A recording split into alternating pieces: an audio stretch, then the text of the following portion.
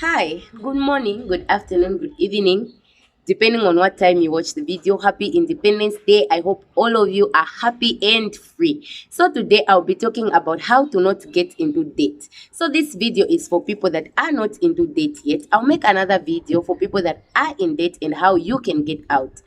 So, before we misunderstand each other, it is not bad to borrow. Debt is not bad. In fact, the most expensive way of you building a business, building wealth, or anything is by building with your own money. You can actually build wealth using other people's money through debt, through loans. All right, so debts are not bad, but a lot of people are not really financially literate to identify between liabilities and assets. They get loans, they get money, they borrow money and buy themselves liabilities. And by the time they know it, they are in so much debt that they can't even get out. So if you are a person that does not know what to do with debt yet, then stay away from it until you know where to take the money. You know the difference between liabilities and assets, and you know that if you get debt, if you get a loan, then you will take it towards assets. So debt is actually good, it is not bad. But if you do not know what to do with it, then stay away from it because you will become a slave to it.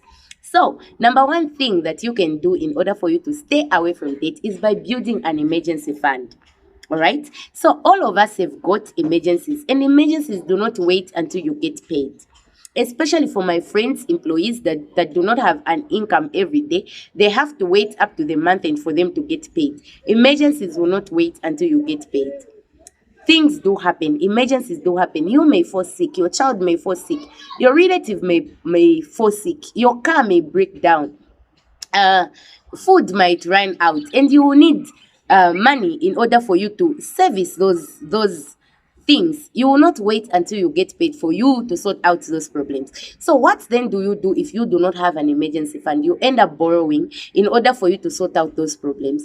And because we live paycheck to paycheck, we do not earn much, and there's so much inflation and things are so expensive, you find that by the time your next salary comes, you would have had debt. So for you to service that debt, or for you to cover up for that money that you've paid debt, you will borrow more in order for you to cover up. And by the time you know it, you would have been in so much debt that you even fail to come out. And it becomes a cycle. You borrow to pay back another person, you borrow to pay back, and just like that. So make sure you build yourself an emergency fund. No matter how small an amount is it 10% of your total earnings? Put it aside in case of an emergency. You get that money and you use your own money, because you will not pay extra for using your money to solve a problem. But if you use my money to solve a problem, you have to pay interest for it. So make sure you build yourself an emergency fund. And the second thing that you can do is by living according to your means. I cannot stretch this enough.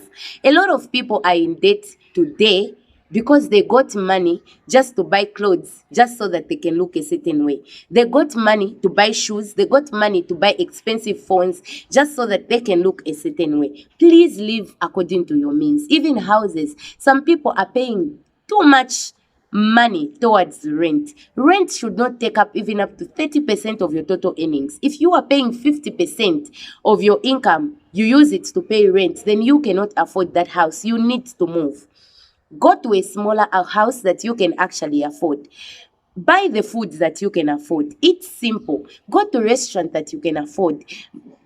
Plait the hair that you can afford. Buy the clothes that you can afford. Live according to your means. Do not be too envious, and do not have a spirit of wanting to do what other people are doing. Those people can probably actually afford it.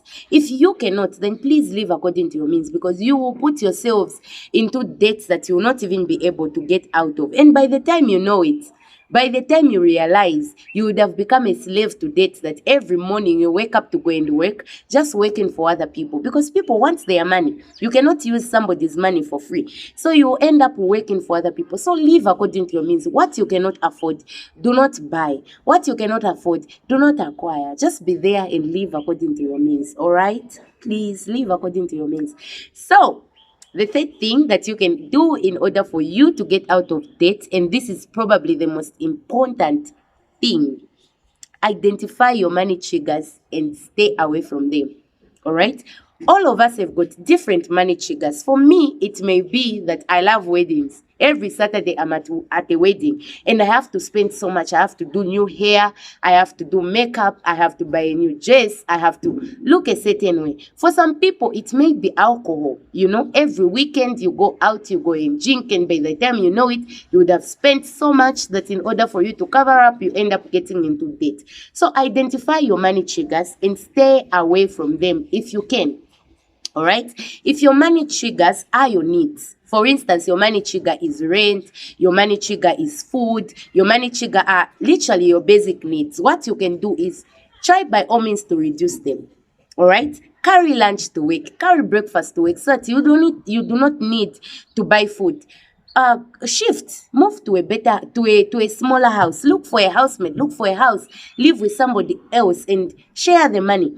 So if your needs are your money triggers, then you can only reduce them. But if your money triggers are some things that you can avoid, friends sometimes maybe a money trigger, they come to you and they advise you to go out always, they're spending so much and you feel pressured to spend so much as well, then stay away from those people. Find something you can do with your weekends. Find something that you can do on your weekends just so that you can avoid these things. So identify what your money triggers are. Sit down, look at your budget, write down your expenses. Where do you spend the most money? And draft it down. And when you find your money trigger, make sure you avoid it if you can. And if you can't because it is a need, make sure you reduce it as much as you can, because debt can turn you into a slave. We have seen so many people that have ended their lives as a result of debt. We have seen so many people that you would be surprised they earn so much and yet they do not have money all the time, and that is because